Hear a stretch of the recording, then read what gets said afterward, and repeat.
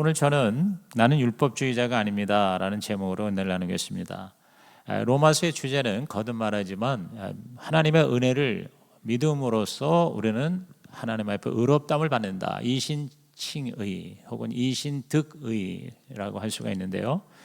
이 의롭게 된다, 칭이라는 거는요, 모든 율법을 하나도 빠짐없이 다 지킨다는 뜻이에요. 그런데 우리가 그걸 어떻게 지킬 수 있어요? 불가능하죠. 그래서 예수님께서 다 지켜주셔서 우리도 그 예수님 따라가면, 믿으면, 구주와 주님으로 영접하면 저와 여러분도 지키지 못했지만 다 지킨 것으로 하나님이 간주하신다는 거예요. 그게 바로 칭의의 구원이에요. 그 하나님의 칭이라는 것은 무한의 사랑이거든요. 예수님을 십자가에 죽이면서까지 우리를 사랑하는 그 사랑. 그래서 예수님하고 똑같이 우리를 받아주시겠다는 그 하나님의 사랑이거든요. 그래서 우리가 어떻게 사느냐에 따라서 그 하나님의 사랑이 기쁨의 사랑이 될 수도 있고 슬픔의 사랑이 될 수도 있어요. 이왕이면 저와 여러분은 하나님 뜻대로, 그걸 이제 다른 말로 율법인데, 율법을 우리들이 지켜서 구원받는 건 아니지만 예수님이 다 지키셨어요.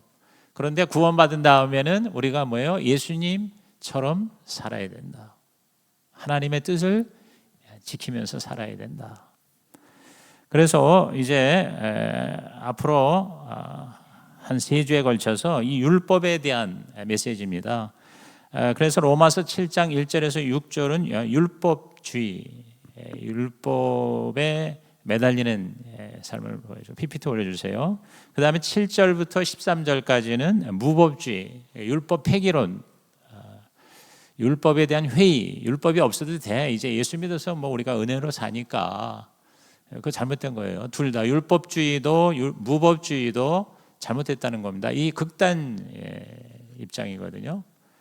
그러면서 7장 14절부터 8장 4절에 걸쳐서 성령주의라고, 이건 제가 그냥 이름 붙인 거 봅니다. 이건 뭐냐면 우리가 다 100% 율법주의, 100% 무법주의가 아니에요. 이게 섞여 있어요. 근데 이것이 정말 하나님이 원하시는, 성령님께서 주도하시는 그러한 균형 잡힌 삶으로 넘어가는 게 로마서 8장이거든요. 그래서 율법주의는 이른바 타율이라고 한다면, 무법주의는 자율이고 자기 마음대로 사는 거고, 성령주의는 신율이라고 할 수 있어요. 신율, 하나님의 뜻대로, 이게 신율이라. 이 타율, 자율, 신율, 이것도 사실 제가 만든 얘기인데 옛날에 제가 신학교에서 강의할 때 그렇게 한번 설명을 해본 건데요. 그러나 굉장히 의미가 있습니다. 저와 여러분은 남의 그 뭔가 주장에 사는 것도 아니고 내 마음대로 사는 것도 아니라 하나님의 뜻대로 산다. 그게 신율이에요. 신율. 타율적, 자율적 뛰어넘어 신율적인 인생이 된다. 멋있지 않습니까?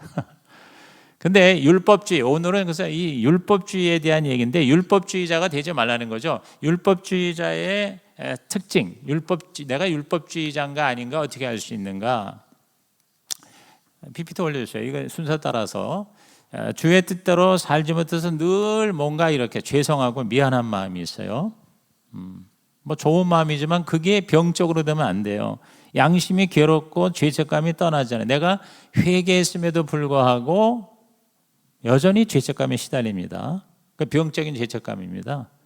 건강한 죄책감이 아니고 하나님이 두려워요. 그래서 하나님께 나아가는 것조차 쉽지가 않습니다.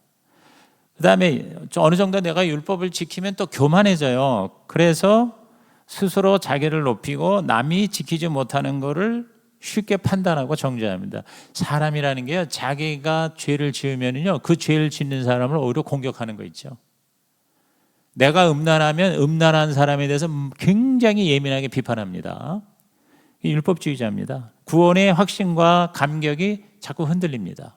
내가 뭔가 이렇게 잘 되면 구원받은 것 같은데, 그렇지 못하면 내가 혹시 죽어서 천국에 못 갈 것 같아, 뭐 이렇습니다.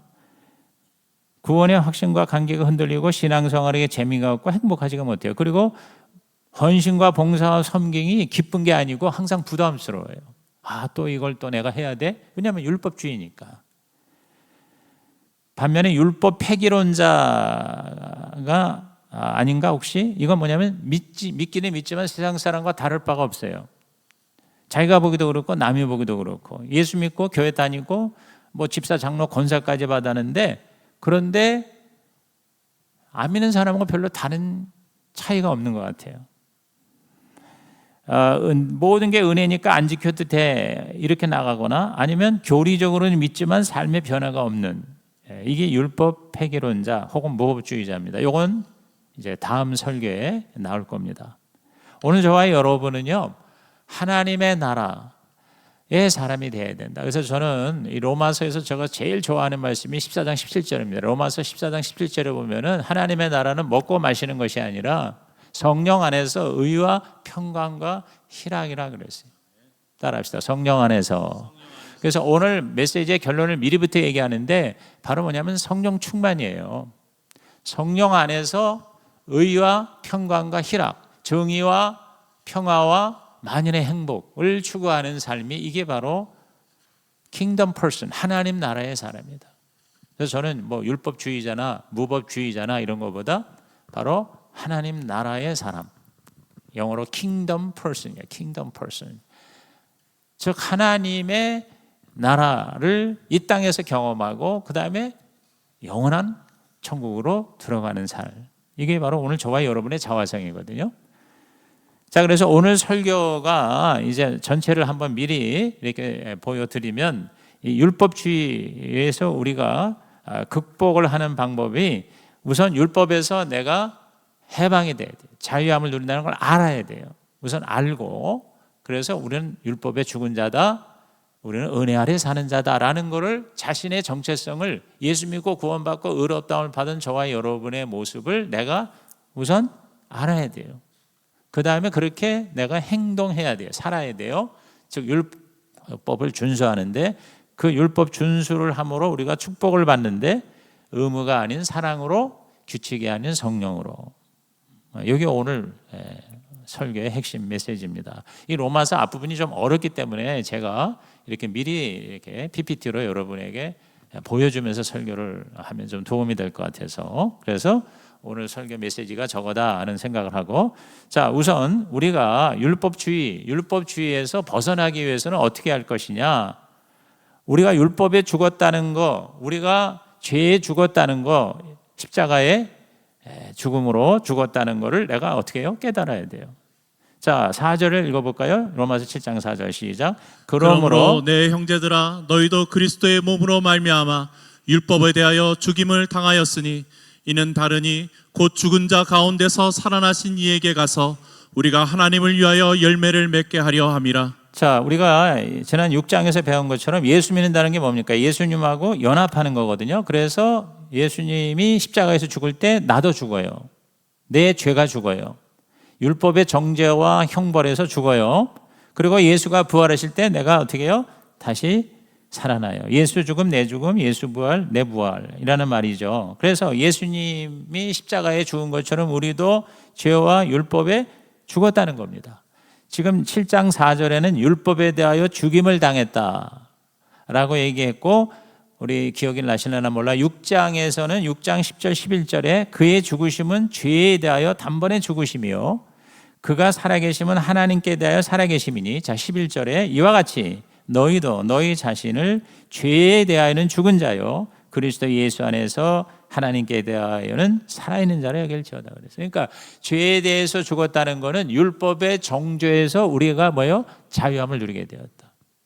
이제 우리가 예수를 믿으면 율법이 우리의 죄에 대하여 심판하는 자리에 우리가 어떻게 해요? 서지 않게 된다. 예수님이 대신 서셨다. 믿으시면 아멘 하시기 바랍니다. 그래서 이 죄에 대해 죽었다는 건 죄의 형벌에서 해방되었다는 거다. 이 죽음이라는 건 결국 뭐냐면요. 우리를 모든 억압에서 자유케 하는 거예요. 여러분 우리가 세금을 아무리 많이 징수를 당해도 내가 죽으면 세금을 내가 납부할 그런 의무에서 해방되는 거예요. 벌금, 형벌, 여러분이 검찰에 수사를 받더라도 내가 죽으면 이제 수사 종결이 되는 거죠, 그죠? 어떠한 형벌도 내가 받게 되지 않습니다.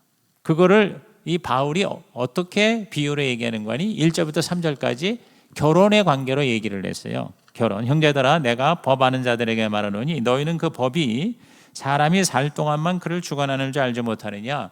남편이 있는 여인이 그 남편 생전에는 법으로 그에게 매인 바 되나 만일 그 남편이 죽으면 남편의 법에서 벗어나느니라. 그러므로 만일 그 남편 생전에 다른 남자에게 가면 음녀라, 음행한 여자라. 그러나 만일 남편이 죽으면 그 법에서 자유롭게 되나니 다른 남자에게 갈지라도 음녀가 되지 아니하느니라 그랬어요. 그러니까 남편이 살아있는 동안에 다른 남자하고 결혼할 수 없잖아요. 그러나 남편이 죽으면 어떻게 해요? 이제는 자유예요. 남편이 죽었기 때문에 혼인 관계가 이제는 끝나는 거잖아요. 그러니까 뭐예요? 다른 사람하고 내가 결혼할 수 있다. 이제 그 말이죠. 굉장히 어렵지 않죠. 그러니까 우리가 예수를 믿는다는 것은 예수와 함께 율법에 죽은 거라 이 말이에요. 율법의 정죄에서 우리는 자유함을 누리게 된다. 그래서 저와 여러분이 진정으로 회개할 때 하나님이 용서해 주시잖아요. 하나님은 저와 여러분을 용서하셨다면은 그 다음부터 하나님이 더 이상 죄 가지고 뭐라고 얘기 안 하세요. 하나님이 전혀 우리의 죄를 기억하지 않으신다는 거죠. 이사야 43장 25절에 나고 나는 나를 위하여 내 허물을 도말하는 자니 내 죄를 기억하지 아니하리라 그랬어요. 그러니까 하나님이 당신 자신을 위해서 더 이상 하나님을 믿는 저와 여러분에 대해서 죄를 또 파고 그런 일을 하지 않으신다. 아예 죄에 대해서 기억을 못 하신다는 거예요. 도말하는 자다. 도말이라는 게 좀 굉장히 어려운 말인데 진흙도자 발을 말자거든요. 그러니까 진흙으로 발라버렸다. 우리의 죄를 그냥 덮어버린 거예요. 그래서 더 이상 이제는 여전히 우리가 죄성을 가지고 있지만 죄인이지만 죄인으로 여기지 아니하고 이제는 뭐예요? 의인으로 예수님과 같은 모습으로 우리를 보시겠다. 할렐루야. 그게 바로 구원이고 그게 바로 의롭다함을 받는다는 거죠. 그렇기 때문에 저와 여러분이 진짜 예수를 믿고 예수 믿기 전에 죄를 회개했다면 그리고 또 예수 믿고 난 다음에도 어떤 죄를 지었을 때 정말 하나님 앞에 나가서 자백하고 회개해서 용서를 받았다면 그 죄 때문에 계속 내가 시달릴 필요가 있다 없다? 없다는 겁니다. 어떤 큰 사고가 났을 때 이전에 내가 이 죄를 지은 것 때문에 벌 받는 거 아니야? 이런 생각 갖지 말라는 거죠. 쓸데없는 가책과 죄책감 하면서 해방되라는 거죠. 사탄의 참소에 대해서 노라고 담대하게 물리치라는 거죠. 아멘입니까? 그렇다고 해서 마음대로 죄를 지라 이게 바로 이제 다음에 얘기할 율법 폐기론자인데 그런 것도 아니라는 거죠. 왜냐하면 정말 내가 용서받고 회개했다면 그 동일한 죄를 반복해서 지을 수 없어야죠. 그죠? 그 다음에 우리가 율법에서 자유함을 누리기 위해서는 은혜의 지배를 받는다는 걸 우리는 알아야 돼요. 로마서 6장 14절에 죄가 너희를 주장하지 못하느니 이는 너희가 법 아래 있지 아니하고 은혜 아래 있음이라 그랬어요. 은혜 아래 있다는 건 뭡니까? 우리를 구원해 주실 뿐만 아니라 모든 삶을 하나님이 은혜로 이끌어 주신다 이 말이에요. 잘못을 벌하는 게 아니라 잘못한 것까지 회복시켜 주시는 그런 사랑이라는 거죠. 그래서 그 다음부터는 모든 걸 은혜로 사는 거예요. 부모의 사랑이 자녀에게 무한한 은혜죠.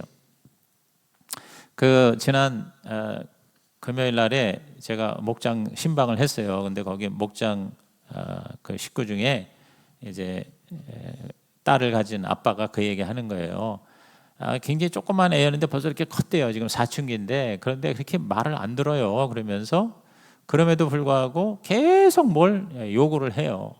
뭐가 가장 말을 안 듣냐 그랬더니 그냥 평범한 휴대폰을 사면 되는데 자꾸 비싼 거 아이폰 새로 나온 거 무슨 모델 얘기하는데 나는 뭔지 모르겠어. 근데 200만 원이 넘는다는 거예요. 지금 중학생인데 200만 원 넘는 거를 사달라고 그렇게 때를 써요. 그래서 고민이 돼요. 그러는 거예요. 근데 결국은 사줄 수밖에 없겠죠. 왜? 자기 딸이니까. 그게 바로 은혜라는 거예요. 그러니까 그 딸이 좀 이렇게 아빠의 마음을 알고 또 집안 사정을 생각해서 그냥 이런 보고평 휴대폰을 사서 쓰면 얼마나 좋아. 근데 그렇지 않고 계속 때를 써. 그럼에도 불구하고 아빠의 마음은 뭐냐? 그 딸을 사랑하기 때문에 어떻게 해서든지 이제 그걸 들어주려고 하는 거. 그런 마음, 그게 바로 은혜다. 하나님이 저와 여러분을 그렇게 보신다는 거죠. 그러니까 저와 여러분이 정말 아주 멋지게 율법대로 잘 살아서 우리를 계속 사랑하는 게 아니라 그렇게 못하는 것을 보면서도 여전히 우리를 받아주시는 하나님 아버지. 그게 바로 은혜다. 우리는 그런 하나님의 은혜와 사랑 가운데서 살고 있다. 그렇다고 해서 내 마음대로 하겠다는 거 아니죠. 그죠? 우리가 주님 뜻대로 살려고는 하지만 부족해요. 그럼에도 불구하고 하나님은 우리를 품어주신다. 찢어지게 가난한 한 청년이 엄청 부잣집 딸과 사랑에 빠졌어요. 여자의 부모가 볼 때 딸이 정말 사랑하고 또 이 청년이 돈은 없지만 똑똑하고 또 장래가 있어 보여서 결혼을 허락했어요. 이 가난한 청년은 결혼식 때 다이아 반지 하나 못 해준 게 늘 미안하고 죄송했어요. 그래서 늘 그 죄송한 마음, 그 죄책감 때문에 장인 장모를 만나도 슬슬 피하기만 합니다. 집에도 찾아가려고 하질 않습니다. 얼마나 바보입니까? 장인 장모는 이미 이 청년이 가난한 거 알면서도 결혼을 허락한 겁니다. 은혜죠, 은혜. 사위가 물질적으로 잘해줄 거를 기대하지도 않습니다. 그냥 자기 딸하고 사랑하면서 잘 살아주면 그게 고마운 거잖아요. 그러니까 이 청년은 늘 그거에 대해서 어떤 열등감이나 죄책감을 느끼고 의기소침할 게 아니라 감사하면 되는 거예요. 그죠? 나 같은 남자와 결혼해준 아내에게 감사하고 사위로 삼아준 장인 장모에게 감사하고 더 사랑하면 되는 거죠. 그러면 행복한 그런 삶을 살 수가 있는 거예요. 가난한 결혼식 때문에 자꾸 죄송하고 불안하고 눈치만 본다면 아내나 처가 식구들에게 오히려 민폐가 된다는 거죠. 여러분, 하나님이 저와 여러분 은혜로 구원해 놓고 야, 너 은혜 이렇게 엄청나게 십자가의 희생으로 했으니 그걸 갚아. 너 갚아야 돼. 이렇게 요구하는 하나님일까요? 그렇지 않다는 거죠. 그렇게 생각하는 게 율법주의자라는 거예요. 그냥 하나님과 함께 풍성하게 행복한 삶을 그냥 누리는 거, 그것으로 하나님은 만족해야 하세요. 우리가 구원받은 게 그와 같아요. 의로움이라는 모든 율법을 100% 지키는 게 아니에요. 예수님을 그냥 영접만 하면 하나님이 우리를 예수님 보시듯이 우리를 봐주시겠다는 거예요. 이게 진짜 은혜고요. 그걸 그대로 100% 받아들이는 게 믿음이에요. 실수하고 죄를 지었으면 또 하나님께 나가서 회개하고 용서를 구하면 돼요. 하나님이 저와 여러분을 이렇게 용서하시고 사랑하시는데 내가 이렇게까지 했으니까 너는 이렇게 해야 돼. 이렇게 큰 기대하지 않으십니다. 여러분 착각하지 마세요. 저와 여러분 하나님이 우리를 엄청나게 기대하신다? 그렇게 기대 안 하세요. 그냥 주님 사랑하고 주일 예배 드리고 하나님 뜻대로 살려고 그런 노력하는 것만으로도 하나님은 고마워하신다. 이렇게 생각하세요. 마치 우리 자녀들이 대단히 나에게 효도를 해서가 아니라 그냥 자기 앞가름만 해도 나는 고맙다. 그냥 건강하게만 해도 그런 얘기 있잖아요. 옛날부터. 대단한 걸 바라는 게 아니고 그냥 건강하게, 그리고 계속 나이 먹을 때까지 부모한테 손 벌리지 말고 자기가 알아서 이제 독립해. 대학까지 공부시켰으면 그 다음에 자기가 알아서 취업하고 결혼해서 씩씩하게 자기들끼리 알콩달콩 그냥 살면 그걸로 부모의 입장은 감사한 거예요. 그리고 그런 자식이 이쁜 거예요. 하나님의 그런 모습이라는 거죠. 저도 우리 세 자녀지만 특별히 이제 지민이한테 바라는 건 딴 거 아닙니다. 그냥 건강하게, 자기 섹시하고 행복하게 그저 예수님 잘 믿고 열심히 그렇게 살아가는 거, 그거면 더 바랄 게 없다. 우리를 위해서 그냥 모든 걸 다 몸 바쳐 뭘 팔아 그렇게 효도 안 해도 된다. 그러니까 자기 앞가름만 잘해도 고맙다. 이렇게 우리 부모가 생각하잖아요. 정상적인 부모라면. 그런데 우리 하나님은 우리 부모보다 몇백만 배 더 그렇게 저와 여러분을 사랑하시고 품어주시고 은혜를 베푸시는 좋으신 하나님이시다. 아멘입니까? 여러분 이 하나님을 확실하게 만나시기를 주의 이름으로 축복합니다.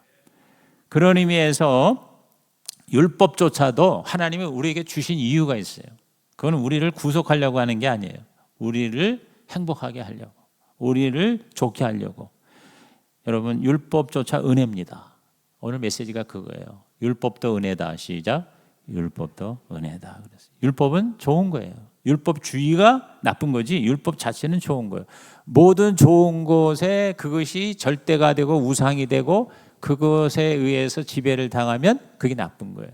권위가 좋은 거지만 권위주의는 나쁜 거죠. 이성이 좋은 거지만 이성주의가 되어 하나님을 물리칠 정도가 되면 그건 나쁜 거죠. 쾌락이 우리에게 필요하지만 쾌락주의에 빠지면 나쁜 거죠. 그죠? 물질이 우리에게 좋은 거고 필요한 거지만 물질주의로 삶을 사는 거는 어떻게 해요? 나쁜 거죠. 그러니까 이 주의가 되면은 문제가 된다는 거죠. 그럼 마지막 율법 준수, 율법을 지켜서 축복을 받기 위해서는 어떻게 해야 되냐? 자, 우리가 첫째 알아야 된다고 그랬죠. 우리는 율법의 죄의 정죄에 죽었고 더 이상 우리가 거기에 시달릴 필요가 없어요. 그리고 또 우리가 뭐예요? 은혜의 지배. 이제는 율법의 지배가 아니라 은혜의 지배에 산다는 걸 깨달아야 돼. 알아야 돼. 그 다음엔 어떻게 해야 돼? 이제 어떻게 해야 됩니까? 율법을 우리들이 잘 지켜서 복을 받아야 되잖아요. 그럼 율법을 지키는 두 가지가 뭐냐? 첫째, 의무가 아닌 사랑으로 하라는 거죠. 의무가 아닌 사랑으로 하라는 거죠. 의무감만으로 하면 오히려 율법을 더 못 지킵니다. 왜? 우리들의 삐뚤어진 심성 때문에 그래요. 남편이 저녁 먹고 오늘은 우리 마누라가 밥을 맛있게 했으니까 내가 설거지를 해줘야지 라고 생각하고 있는데요, 아내가 밥 다 먹기도 전에 여보 밥 먹고 난 다음에 설거지 좀 해줘. 그러면 이상하게 설거지를 해주고 싶은 마음이 사라지는 거예요. 그래서 안 해. 우리 인간이 그래요. 그러니까 하지 말라고 그러면 더 안 해요. 하라고 그러면 또 안 해요. 쓰레기 버리지 마시오라고 썼는데 더 쓰레기를 열심히 갖다 버립니다. 그래가지고 쓰레기가 넘치죠. 그죠? 수영하지 마세요, 낚시하지 마세요 하는 것에서 더 열심히 물속에 들어갑니다. 인간이 심보가 그렇습니다. 그럼 어떻게 해야 돼? 사랑으로 해야 돼요. 사랑으로. 사랑하기 때문에, 좋아하기 때문에 하면 뭐예요? 어떠한 어려운 법도 지킬 수가 있습니다. 여러분, 이 금연이라는 것도 자꾸 누가 하라고 해서 하는 것보다 내가 이 금연을 해야 내 몸이 좋아지지. 자기 몸을 사랑하고 또 이 자기 가족을 사랑하고 또 자기 자녀를 사랑해서, 왜 간접 흡연이 되면은 몸이 망가지니까 그 사랑하는 마음으로 할 때 여러분 담배를 끊을 수가 있는 거예요. 근데 의무감으로 해서만은 안 된다. 모든 게 다 그런 것 같아요. 좋아해야 되고 사랑해야 되더라고요. 운동도 그렇고요, 금식도 그렇고요. 억지로 하면 스트레스예요. 근데 좋아하면서 하면 스트렝스가 돼요. 그래서 저는 스트레스와 스트렝스는 종이 한 장 차이인 것 같아요. 공부하는 학생이 이 공부하는 거를 정말 자기가 이걸 내가 좋아하고 또 사랑하고, 뭐 공부를 사랑하고 좋아한다고 그러면 말도 안 된다고 그러지만요, 정말 공부가 좋아서 하는 애들이 뭐 공부를 잘하는 거잖아요. 억지로 부모가 시켜서 하는 공부가 그게 제대로 되겠습니까? 우리 정희승 사모님이 이제 이번 주에 목회자 컨퍼런스, 다음 주에 목회자 컨퍼런스에 그 상공부 강사가 됐어요. 오자마자. 이분이 기도와 말씀과 기도의 전문가입니다. 그래서 기도의 삶을 시작했고 말씀의 삶도 지금 이제 상공부를 해서 목사님과 사모님들 그걸 배워서 이제 교회에 가서 그거를 이제 돌리거든요. 그런데 너무 그 강의 준비를 하다가 7시간을 쉬지 않고 앉아서 하다가 목이 움직이지가 않은 거예요. 지난번에 그래서 목이 큰일 날 뻔했다고요. 근데 그렇게 그거 재밌대요. 그렇게 좋아하는 거 있죠. 성경을 잘 공부해서 이걸 가르치는 교환을 만들고 강의를 만드는 이 프로그램을 만드는 게 자기는 너무너무 재미가 있고 좋다는 거야. 그거 누가 말려? 그러니까 남이 절대로 하기 싫고 도저히 하기가 어려운 것도 좋아하고 사랑하면 어떻게 해요? 그걸 할 수가 있다는 거죠. 여러분이 하나님을, 예수님을, 교회를, 주의 나라를 그렇게 사랑하고 이웃을 사랑하는 그것이 바로 뭡니까? 그게 진정한 율법의 준수예요. 그래서 예수님께서 마태복음 22장 30절에서 40절에 모든 율법과 선지자, 모든 구약 성경의 계명의 하이라이트가 뭐냐? 사랑이라고 말씀하시죠. 우리 다 같이 읽어봅니다. 시작. 예수께서 이르시되 내 마음을 다하고 목숨을 다하고 뜻을 다하여 주 너의 하나님을 사랑하라 하셨으니 이것이 크고 첫째 되는 계명이요 둘째도 그와 같으니 내 이웃을 내 자신같이 사랑하라 하셨으니 이 두 계명이 온 율법과 선지자의 강령이니라. 여러분, 사랑이 바로 뭐요? 율법을 지키는, 율법을 완성하는 최상의 길이라는 거죠. 사랑하면 법을 지키게 돼 있어요. 그렇죠?